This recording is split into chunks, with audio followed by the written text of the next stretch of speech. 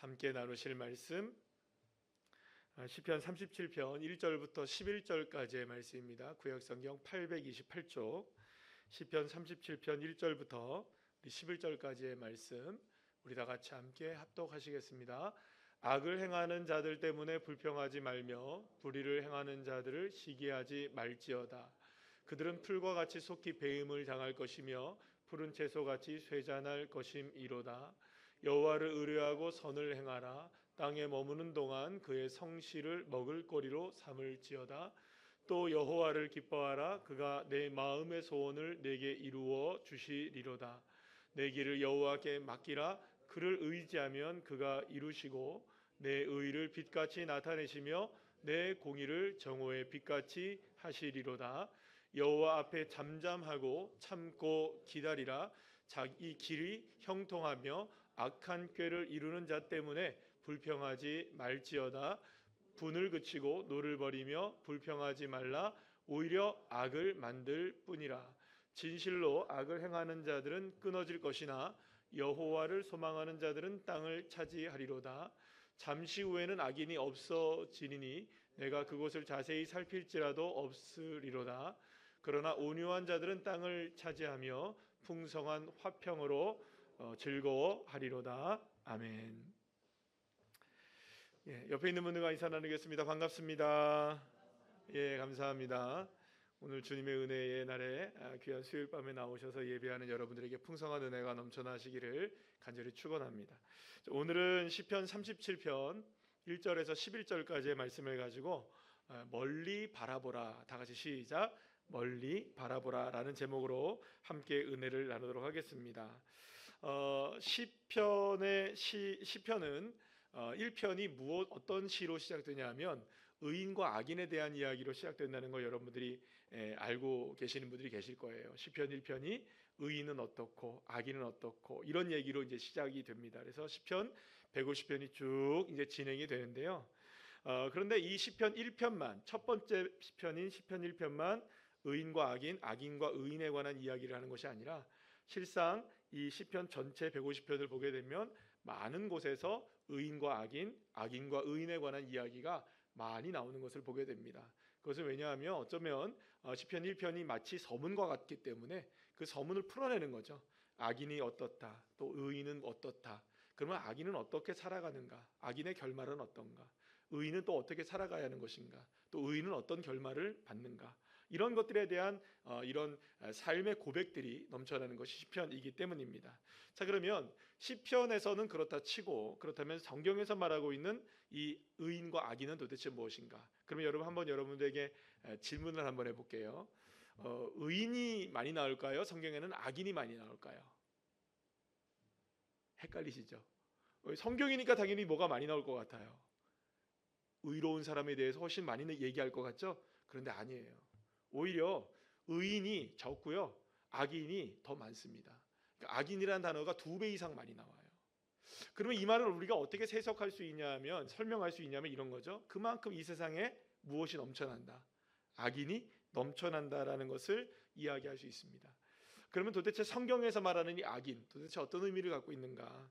사실 이 세상에서 말하는 악인이라는 개념은요, 성경에서 말하는 것과 조금 차이점이 많이 있습니다.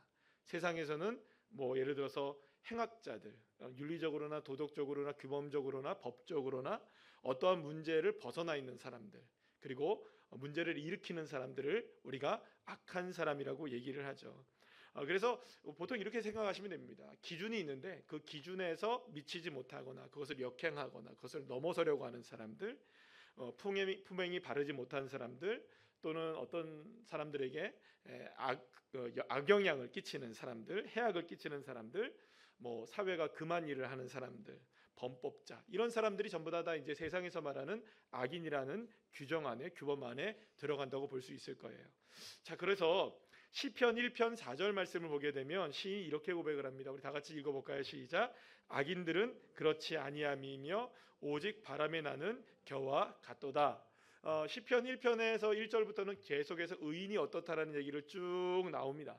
그런데 악인은 그렇지 않다라고 얘기해요. 따라합시다. 악인은 그렇지 않다.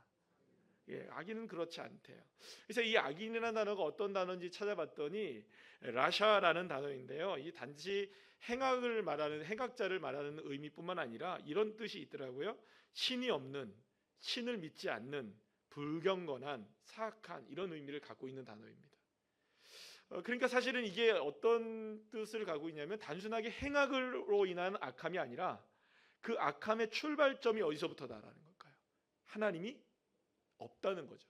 그러니까 하나님이 계시지 않으니 악을 행하게 된다는 거죠. 그래서 무려 이 말이 성경에서 260번이나 사용됩니다.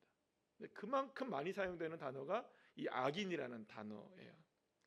그래서 성경에서 말하는 이 악인은요, 하나님을 떠난 사람, 그래서 사악한 삶을 살아가는 사람을 뜻하는 거예요. 그러니까 하나님을 떠났기 때문에 그 결과로 뭐가 나온다는 거예요? 악함이 드러난다는 거죠. 사악함 삶 자체도 사실은 문제이지만 그러한 출발점이 되는 것이 무엇이냐? 하나님을 떠나 있기 때문에, 하나님을 모르기 때문에, 그러한 삶의 출발이 바로 하나님을 떠났기 때문이라고 성경은 진단하고 있다는 것입니다. 결국 성경에서 말하는 악인의 의미는 어떤 것이냐? 하나님을 떠난 자입니다. 하나님을 떠나니 그가 어떻게 된다? 악한 사람이 되더라. 그런데 문제는 이러한 악한 사람들, 악인들이 오히려 세상에서는 더 잘되고 형통하게 살아가는 모습을 우리가 너무 많이 본다는 거예요. 그렇죠? 하나님을 떠나도, 하나님과 관계없이 살아도, 심지어는 여러분들 하나님을 대적하며 살아도 사는데 전혀 문제가 없어요. 그런 사람들 많이 봅니다. 이번에 이제 잠깐 뉴스를 봤더니 제가 신문을 이렇게 봤는데 이번에 그 미국의 트럼프 대통령이 당선돼서 취임을 하잖아요. 근데 취임을 1월 달에 하는데 지금 미국에서 난리랍니다. 난리 하나가 뭐냐면 어떤 난리가 벌어졌냐면 동성애자들이 결혼한다고 난리래요 지금. 트럼프가 결혼한대. 트럼프가 이제 대통령이 되면 이 동성애에 대해서 지금 규제가 아마 들어갈 거라고 예상이 되고 있거든요. 미국 사회에서. 그러니까 그 전에 뭐 하자는 겁니까? 앞다퉈 지금 동성애 결혼하겠다고 난리가 아니라는 거예요. 지금. 참 희한한 나라죠, 그죠? 여러분 보세요. 그러니까 세상에 악을 행하는 사람들은요, 그거 사실 전혀 상관없이 악을 행하면서 살아가면서도 떵떵거리면서 살아가고 쾌락을 다 즐길 거 다 즐기면서 살아가고 다 해요. 여러분 남부럽지 않은 인생들 너무너무나 많이 봐요. 우리가 심심치 않게 보게 되죠. 그래서 지난주에 우리가 설교 함께 수요일 밤에도 우리 73편을 우리가 봤는데 73편, 37편 가히 비슷한 내용들이에요. 지난주에는 73편, 오늘은 37편. 37편 2절 3절에 이 아삽이 뭐라고 고백하느냐? 우리 다 같이 한번 읽어볼까요? 시작. 나는 거의 넘어질 뻔하였고 나의 걸음이 미끄러질 뻔하였으니 이는 내가 악인의 형통함을 보고 오만한 자를 질투하였음이로다. 사랑하는 여러분, 악인이 형통한 것은 뭔가 잘못된 것임이 분명하죠? 여러분 권선징악이라는 게 있잖아요. 우리나라에 뭐예요? 선을 행하면 복을 받고 악을 행하면 징계를 받고 권선징악. 근데 여러분들이 악해도 징계를 안 받는데요. 악해도 문제가 되지 않는 사람들이 너무 많아요. 뭔가 잘못된 거죠. 그렇게 되면 악인이 형통하다면. 그래서 시인도 우리들도 그런 악인의 모습, 악인의 형통한 모습을 보면 불쾌하기가 마찬가지인 거죠. 여러분들 악한 사람들이 잘 되는 거 보시면 와 진짜 악한 거 잘 됐어 이렇습니까? 칭찬하십니까? 와 나도 악해져야지 이렇게 됩니까? 아니 어떻게 악이 승리할 수 있어? 어떻게 악한 사람들이 잘 될 수 있어? 우리 마음이 불편한 게 정상이겠죠. 그런데 요즘 지난주에도 우리가 함께 나눴듯이 수요일 밤에 혹시 내용을 잘 모르시면 수요일 밤 저녁 예배 설교를 좀 들어보시면 되겠습니다. 어느 순간 나도 모르게 이게 문제가 뭐냐면 어느 순간 나도 모르게 그들을 질투하기 시작한다는 거예요. 그러다가 어떻게 되느냐? 악인의 형통함을 부러워하게 된다는 거죠. 플라톤의 국가를 지금 제가 지금 공부를 하고 있는데 플라톤 국가를 공부하면서 재미난 그 하나 이야기를 봤어요. 기게스의 반지라는 예화가 나오는데요. 이 기게스의 반지가 뭐냐면 이 기게스라는 왕의 목동이 있었습니다. 그러니까 왕이 있는데 왕이 가지고 있는 양을 치는 목동의 이름이 기게스라는 사람입니다. 근데 이 기게스라는 사람이 어느 날 양을 치다가 골짜기에서 다 갔더니 말 하나가 죽어 있는 거예요. 근데 말을 이렇게 딱 보니까 말 하나가 죽어 있는데 그 말을 이렇게 뒤집어 보니까 거기에 어마어마하게 큰 거인이 그 안에 있는 거예요. 말이 안 되죠, 그죠? 네, 그런 내용이에요. 그 거인이 있는데 그 거인이 보니까는 이 손에 반지를 끼고 있는 거죠. 그래서 그 반지가 탐이 나서 이 기게스라는 목동이 반지를 빼가지고 그냥 나오게 됩니다. 그리고 이제 반지를 끼고 있었던 거예요. 반지가 있었던 거죠. 그래서 이제 어느 날 늘 이제 왕이 같이 함께 식탁에 교제를 나누는 날들이 있는 거예요. 목동도 부른 거죠. 양의 목동이니까 불러서 같이 식사를 하는데 이게 반지를 이렇게 만지자 하다가 여러분들 혹시 이제 반지 가지고 계신 분 한번 이렇게 해보시죠. 아니, 괜찮아요. 반지 이렇게 있으면 이렇게 가끔 이렇게 만지죠, 그죠? 만지는데 이렇게 돌려본 거예요. 이렇게 반대로 딱 돌리니까 자기가 싹 사라져 버린 거예요. 투명 인간. 그래가지고 이 기게스가 그 반지를 지금 사람들이 나를 갑자기 못 알아보는 거예요. 갑자기 기게스 어디 있어? 막 이러고 있는 거예요. 그래서 이게 이상하다 했더니 저쪽으로 갔다가 다시 싹 반지를 돌리더니 자기가 싹 나타나는 거예요. 와, 이거 정말 대단하다. 그래서 다시 한번 실험을 해봤어요. 싹 돌리니까 없어지고 싹 하니까 또 보여지고. 이야, 이 반지가 정말 대단한 반지구나. 정말 대단한 힘을 가진 반지구나. 그래서 그 시간부터 뭔가 이렇게 마음에 꿈틀꿈틀대는 욕망이 타오르기 시작하는 거예요. 그러다가 싹 반지를 돌리고 나서 어느 날 왕의 왕비를 겁탈합니다. 그리고 그 왕비와 함께 모의를 해서 왕을 죽이고 자기 스스로가 왕이 되어지게 됩니다. 그리고 그 기게스는 행복하게 삽니다.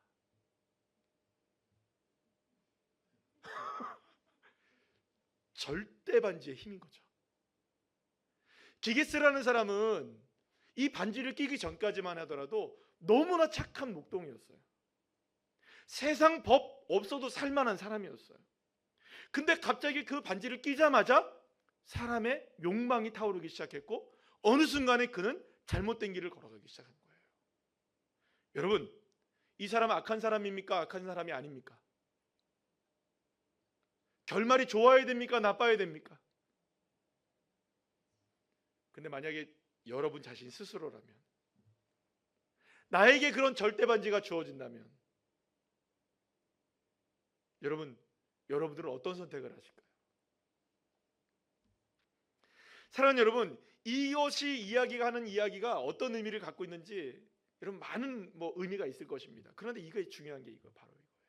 아주 평범한 사람도 아주 악한 사람이 될 수 있다는 거죠. 그리고 그 악함이 결코 악으로 끝나는 것이 아니라 너무너무나 행복하게 끝날 수 있다는 것이 우리를 더 당혹스럽게 만든다는 거예요. 어쩌면 누구에게나 이런 마음이 있는 것이 아닐까라는 생각이 듭니다. 절대 반지를 향한 기대. 여러분, 이거 절대 반지 아닙니다. 절대 반지를 향한 질투. 누구에게나 있다는 거예요. 누구에게나. 여러분들은 없으실 것 같아요. 그래서 여러분들이 이 기게스의 반지 이 예화가 결국에는 나중에 여러분들 그거 아시죠? 영화 반지의 제왕의 이런 모티프가 됐다는 얘기도 있어요. 반지 끼면 막 없어지고 사라지고 반지 끼면 절대 힘 갖고, 그죠? 절대 반지를 향한 그 절대 반지를 가지고 가고 있었던 그 아주 작은 그 친구들은 정말로 너무나 순수한 친구들이었거든요. 근데 걔도 변하는 거예요. 마지막까지 모르는 거예요. 사실 여러분, 저와 여러분에게도 이 절대 반지를 향한 흠모하는 마음이 없다고 하면 거짓말일 거예요. 만약 여러분 이 시간에 제가 이 설교를 준비하면서 그 기게스의 반지 편을 읽으면서 그런 얘기를 했어요. 생각을 했어요. 와, 나 지금 절대 반지 있으면 지금 뭐 하지? 우리 목사님이랑 우리 교수님이랑 같이 제가 그 독서 토론을 하면서 그런 얘기, 우리 절대 반지 끼면 우리 뭐 할까요 지금? 세상에 딱 2개만 있다면, 하나만 있다면, 그건 내가 갖고 있어요. 여기 지금 당장 저 건물 사고, 그죠?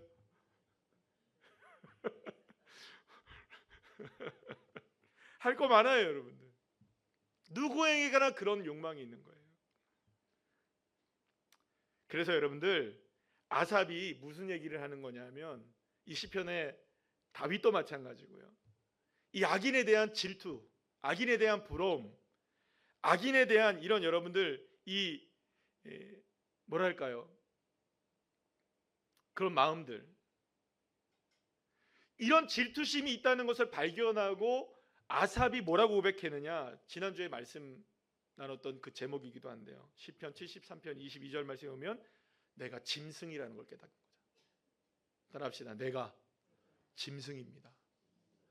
내가 짐승이라는 걸 깨달은 거예요. 짐승과 다를 바가 없다는 걸 깨달은 거예요.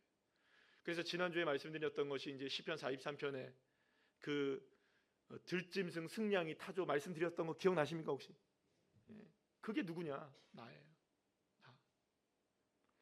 그래서 성경은 이러한 악인의 형통함에 대해서 절대로 뭐라고 얘기하냐면 부러워하지 말라고 얘기해요. 성경은. 여러분 다 같이 한번 잠언 24장 1절과 19절 말씀 다 같이 읽어볼까요? 시작. 너는 악인의 형통함을 부러워하지 말며 그와 함께 있으려고도 하지 말지어다. 너는 행악자들로 말미암아 분을 품지 말며 악인의 형통함을 부러워하지 말라. 자, 그런데 오늘의 여러분들 본문에서도 다윗은 이렇게 고백합니다. 1절과 7절 말씀 다 같이 읽어볼까요? 시작. 악을 행하는 자들 때문에 불평하지 말며 불의를 행하는 자들을 시기하지 말지어다. 여호와 앞에 잠잠하고 참고 기다리라.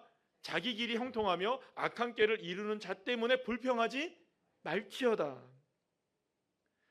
사랑하는 여러분, 그렇다면 악인을 부러워하지 말아야 될 이유가 무엇일까요? 악인을 부러워하지 말아야 될 이유, 우리가 악인을 부러워할 필요가 없는 이유, 그들의 형통함을 바라보면서도, 그들이 잘 되는 것을 바라보면서도, 기게스가 반지를 끼고 왕이가 되어서 행복하게 왕비와 함께, 빼시는 왕비와 함께 잘 살았다는 그 얘기를 보면서도 부러워하지 않고, 야 나도 저 반지 가졌으면, 이렇게 질투하지 않을 수 있는 이유가 뭐냐? 그것은 여러분, 악인의 형통함은 영원하지 않기 때문이에요. 또 두 번째는 어떤 것이 있냐면, 악인은 반드시 하나님의 심판을 받게 되어 있다는 거예요. 악인은 영원하지 않다는 거, 심판대 앞에 서게 된다는 거, 이것이 여러분, 저와 여러분들 물론이고 모든 인생들에게 동일하게 주어지는 마지막의 심판의 모습인 거죠. 피할 수가 없는 거예요. 여기에서 중요한 것은 결국 악인의 인생의 그 끝은 끝없는 추락이 될 수밖에 없다는 것입니다. 그러나 이는 악인을 향해서만 적용되는 게 아닙니다. 누구나 모두에게나 똑같은 이치임을 여러분들 기억하셔야만 해요. 악인의 결국이든 모든 인생의 결국이든 하나님을 떠나서는 모두 그러한 인생이 될 수밖에 없다. 처음에 말씀드렸잖아요. 악인이 어떤 사람이다? 하나님을 모르는 사람, 하나님을 알지 못하는 사람, 하나님을 믿지 않으니 그 사람이 모두가 다 뭡니까? 악인이라는 거죠. 그래서 모두가 다 이런 악인이 될 수밖에 없는 상황 속에서 우리가 다 있다는 거예요. 하나님을 모르면, 하나님을 믿지 않으면, 무슨 악한 일을 해서 여러분들 악인이 아닌 거예요. 누구나 다 그렇게 될 수 있는 거예요. 다시 말씀드리지만 기게스가 나쁜 사람이었습니까? 아니에요. 그 반지의 제왕에서 호비 그 조그마한 아이가 나쁜 사람이었습니까? 아니에요, 여러분. 반지만 끼면 다 이상해지는 거예요. 그런데 그 반지를 누구나 원하는 거예요.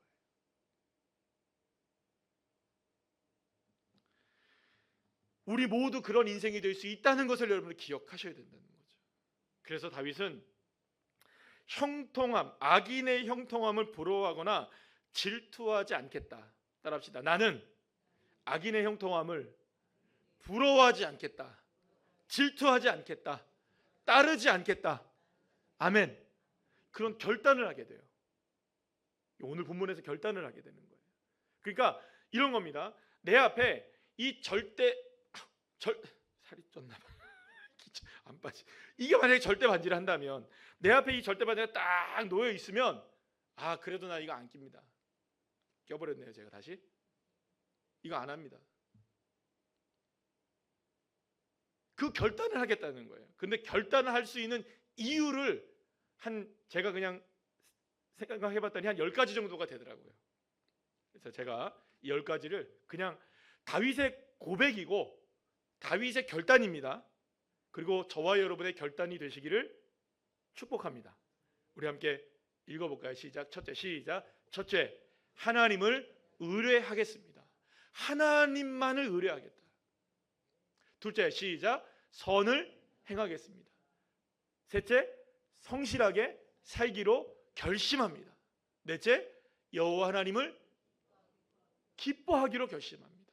다섯째, 마음의 소원을 하나님께 두기로 결심합니다.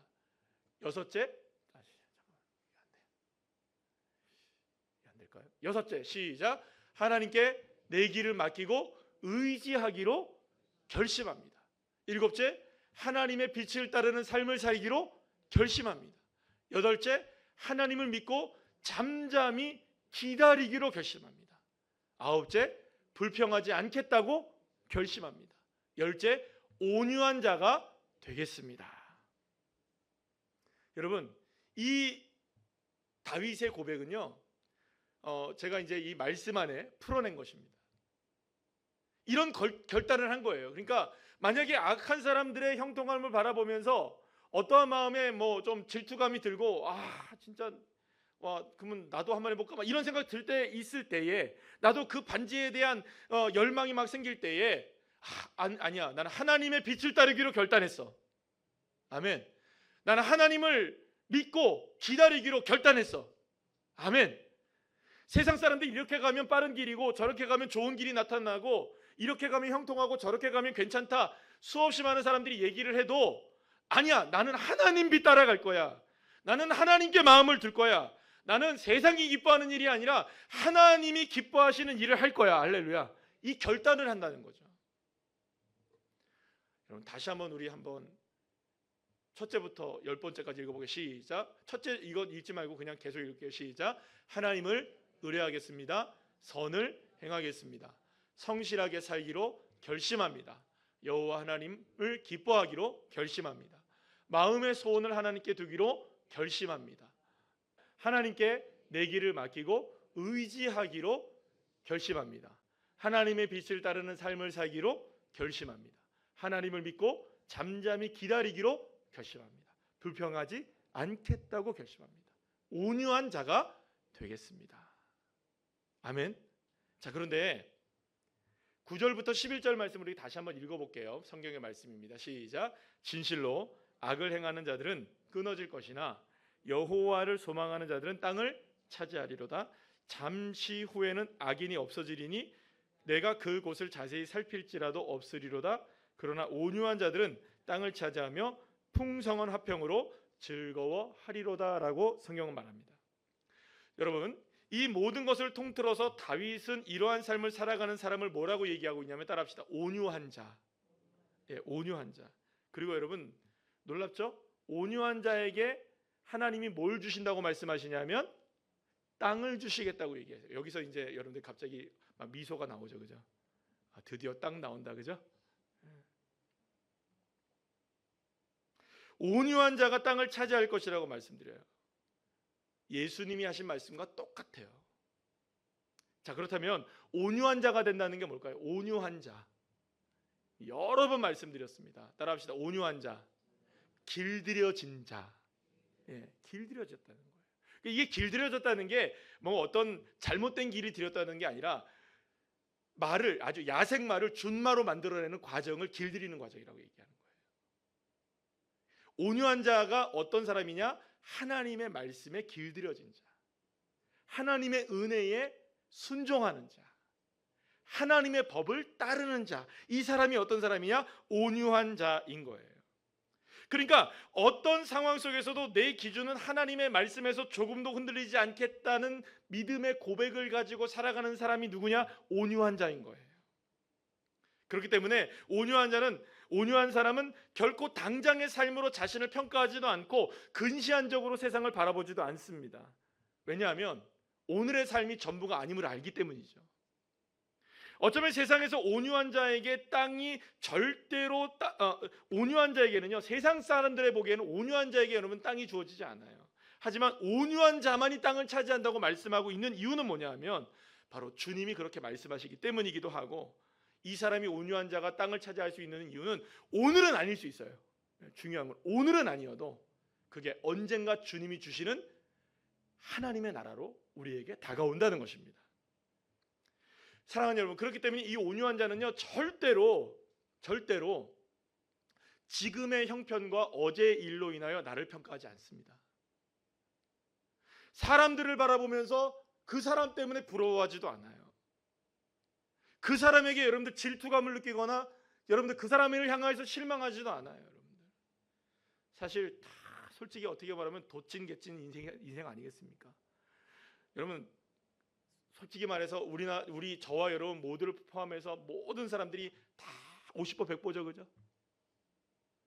그러나요, 안 그러나요? 여러분 뭐 이재용 회장은 여러분 화장실 안 갈 줄 아세요? 그 사람의 여러분들 방구 냄새는 아주 뭐 무슨 샤넬 향기가 날 것 같죠? 아닙니다, 여러분들.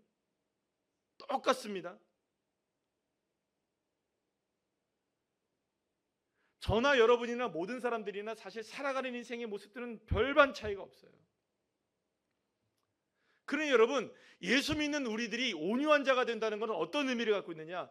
나의 삶을 누구에게 길들이고 순종하겠다. 하나님의 말씀에. 아멘이십니까? 내일 새벽에 우리가 함께 이제 말씀을 나눌 내용이 뭐냐 하면, 조금만 말씀드리면, 모세가 이제 하나님을 만나고 오는데 얼굴빛이 환해져서 얼굴에 수건을 덮었어야 되는 거예요. 사람들이 모세가 그렇게 얼굴이 환해졌다는 것을 너무 놀라는 거죠. 그런데 여러분 여기서 제가 말씀을 드리고 싶은 건 그거예요. 왜 얼굴이 환해졌을까? 모세는 40일 동안 주야로 금식을 했거든요. 여러분들 주야로 40일 동안 금식하신 분 보신 분 계세요? 40일 동안 먹지 않고 40일 금식하신 분 보신 분? 난 봤다, 그런 사람들. 내가 해봤다 혹은 봤다. 아무도 못 보셨어요? 아무도 못 보셨으면 말을 하지 마세요.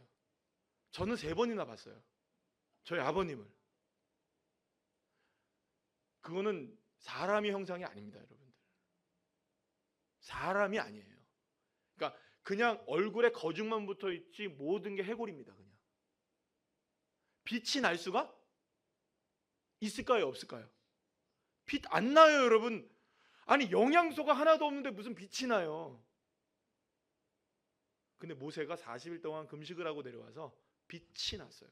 이유가 뭘까요, 여러분들? 딱 하나밖에 없어요. 하나님의 말씀을 들었거든요. 하나님의 말씀을 들었거든요. 사람은 떡으로만 사는 것이 아니라 하나님의 입에서 나오는 말씀으로 사느니라. 아멘이시죠? 그러니 빛나는 인생 되는 거예요. 사랑하는 여러분, 온유한 자가 어떤 사람이 온유한 자냐? 하나님의 말씀으로 내 삶을 길들이고 하나님의 말씀으로 내 삶을 평가하고 하나님의 말씀에 내 삶을 순종시키고 하나님의 말씀 앞에 내가 무릎을 꿇고 세상이 무엇이든 사람이 어떻게 되든 어떻게 돌아가든 이렇게 되든 저렇게 되든 거기에 우리가 마음 쓰이 아니라 하나님 말씀이 뭐라고 내게 말씀하고 있는가? 하나님 말씀이 나를 어떻게 인도해 가고 있는가? 하나님의 은혜가 나에게 어떻게 주어지고 있는가? 하나님이 나에게 어떻게 축복하시기를 원하시고 계시는가? 할렐루야. 그 믿음을 가지고 살아가는 사람이 온유한 자인 거죠. 그 온유한 사람은 절대 오늘로 나를 평가하지 않습니다. 어제의 내 삶에 이랬기 때문에 그것이 오늘의 삶이 이렇게 됐다, 이런 말 하지 않아요. 왜냐하면 앞으로 내일이 남아있어요. 우리는 미래의 시간들이 남아있다고요. 멀리 바라보셔야 된다요. 그래서 여러분들 이 온유한 자는 어떤 삶을 살아가야 되냐면 여러분들 이렇게 보시면 됩니다. 이렇게 표현하자면 그럴 것 같아요. 그냥 우리가 눈으로 보는 것도 눈으로 보는 거지만 뭐랄까요? 지금 오늘 나오는 악인을 향하여 불평과 불만을 하고 시기하고 이런 사람들의 특징이 뭐냐? 이게 현미경으로 인생을 바라보는 사람인 거죠. 여러분 현미경으로 인생을 바라볼 필요도 있죠. 때로는, 그죠? 그럴까요, 안 그럴까요? 자세히 뜯어서 바라봐야 될 이유도 있을 수 있겠죠, 그죠? 그러나 여러분, 인생 그렇게 보는 거 아니라는 거죠. 망원경으로 좀 보셔야 돼요. 멀리 바라보셔야 돼요. 하나님의 은혜를 바라보고, 눈을 들어 세상과 산을 바라보는 것이 아니라 여호와 하나님께 내 시선을 고정시키는. 그래서 어떻게 보면 이 말씀으로 살아간다, 하나님의 말씀으로 살아간다는 삶은 어떻게 보면 현미경의 인생이 아니라 망원경의 인생이라고 볼 수가 있어요. 오늘의 삶의 내 모든 것들은 막 그걸 보면서 내가 왜 이러지? 나는 왜 저러지? 저 사람은 저러는데 나는 왜 이러지? 여러분, 이게 아니라 주님의 눈으로 바라볼 수 있는 삶. 내 눈을 들어 오늘의 이 고통의 씨앗을 통해서도 하나님 열매를 맺으신다. 아멘이시죠? 이렇게 주님의 말씀 앞에 내가 순종해 나가면 반드시 하나님의 땅을 허락해 주신다. 믿으십니까? 그래서 여러분들, 사도 바울이 너무나 멋진 고백을 하잖아요. 다 같이 고린도후서 4장 8절 10절 말씀입니다. 시작. 우리가 사방으로 우겨쌈을 당하여도 쌓이지 아니하며 답답한 일을 당하여도 낙심하지 아니하며 박해를 받아도 버림받지 아니하며 거꾸로 뜨림을 당하여도 망하지 아니하고 우리가 항상 예수의 죽음을 몸에 짊어짐은 예수의 생명이 또한 우리 몸에 나타나게 하려 함이라. 아멘. 사랑하는 여러분, 우리가 사방이 우겨쌈을 당하는 모든 순간들이 다가온다 할지라도 우리의 눈이 여호와 하나님께 고정되면 그 사람을 하나님은 뭐라고 부르느냐? 온유한 자로 말하는 거예요. 그리고 그 사람을 향해 여호와 하나님이 소원을 이루어 주시고 주님의 뜻에 둔 사람들에게 하나님이 소원을 이루어 주시는 거죠. 이제 한 해가 이제 절반, 이게 한 달 보름 정도, 이제 보름밖에 안 남았죠. 그죠? 거의 20일 정도 남았으니까 한 해를 돌이켜 보면 참 많은 일들이 있었던 한 해였음을 여러분들 개인적으로도 그렇고 아마 그럴 거라고 저는 생각합니다. 시국도 여러 가지로 혼미하고, 그러나 여러분, 돌이켜 생각해보고 우리가 1년이 지나고 또 10년이 지나면 이 시기를 우리가 하나님의 은혜였습니다. 아멘이시죠? 그렇게 고백할 날이 오게 될 것입니다. 그러니 여러분, 오늘의 삶으로 나를 평가하지 마시고, 오늘 악인이 승리한다고 해서 여러분들 그것 때문에 막 마음에 막 졸이지 마시고 묵묵히 그 자리에서 눈을 들어서 여호와 하나님 바라보면서 다시금 하나님의 말씀으로 나를 채근하고 그리고 깎아내고 하나님의 말씀으로 빛날 수 있는 사람이 되어지고, 여러분, 그래서 어떻게 보면 우리 신앙의 싸움이라는 게 바로 그런 싸움이 아닌가 싶어요. 지금이야말로 우리가 어떻게 보면 이 시대적 상황도 그렇지만 여러 가지를 보게 되면 진짜 믿음의 사람이 어떤 사람인지를 주님이 보고 싶어 하신 것이 아닌가라는 생각이 듭니다. 수없이 많은 이야기들이 난무하고, 누가 그러더라고요. 뉴스를 안 보자니 답답하고 봐도 답답하고. 그렇잖아요, 여러분. 요즘에 이 모든 상황 속에서 우리가 흔들리지 않을 수 있는 딱 하나는 온유한 자가 되는 겁니다. 하나님 말씀에 오히려 나를 길들이고 오직 여호와 하나님 말씀에 내 삶의 기준을 둘 때 악인과는 여러분 악인의 형통함과는 비교할 수 없을 정도의 하나님이 주시는 하나님의 땅, 그 땅의 소유자가 되게 하시는 축복을 주님이 우리에게 허락해 주십니다. 그리고 여러분, 현미경 좀 내려놓으시고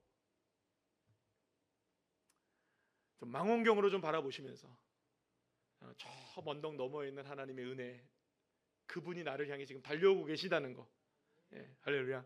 그 믿음의 눈으로 좀 바라볼 수 있는 이런 온유한 자들이 다 되시기를 간절히 축복합니다.